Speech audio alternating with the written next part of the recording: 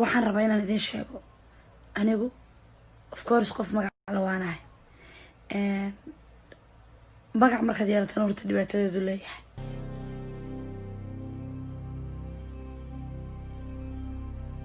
marka dadkan dhagax tuurka iyo isku dirka iyo xumaanta iyo maanta dhan ka shaqeynayo ilaahay idinku ekeysiiyo anigu mas-uul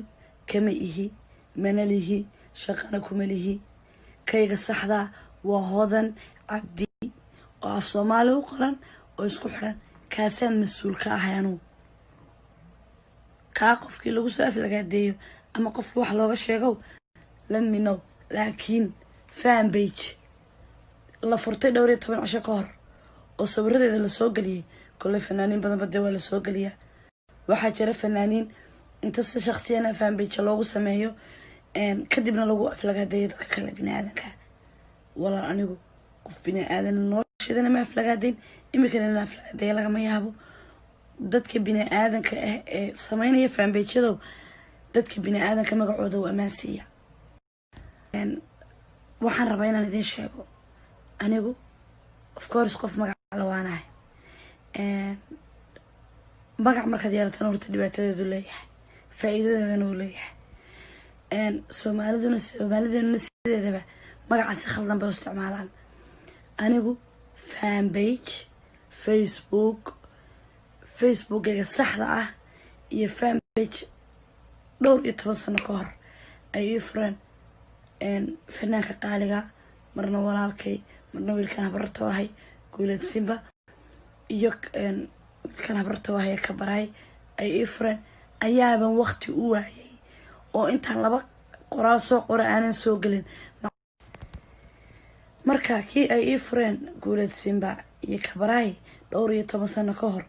ayaana weligay yaallahay salaamu calaykum walaa calayna toonaba aan ku soo qorin macasalla waa fan page dhowr iyo 10 cisho ka hor inta la furay dadka lagu aflagaadeynayo walaalayaal waan aqaanaa sharciga wadankan waan aqaanaa anigu ma joogo wadan bilaa sharciya wadan sharciyan jooga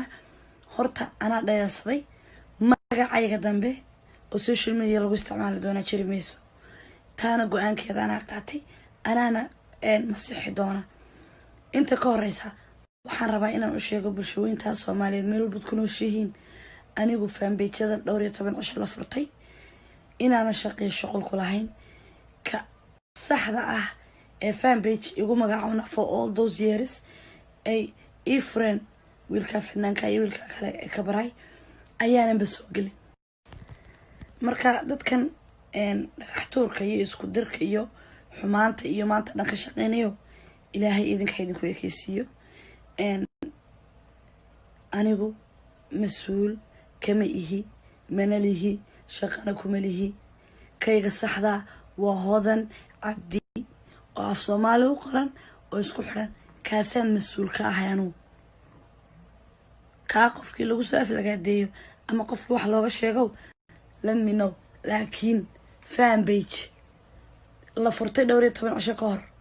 oo sawiradeeda la soo galiyay kulay fanaaniin badan bada waa la soo galiyaa waxaa jira fanaaniin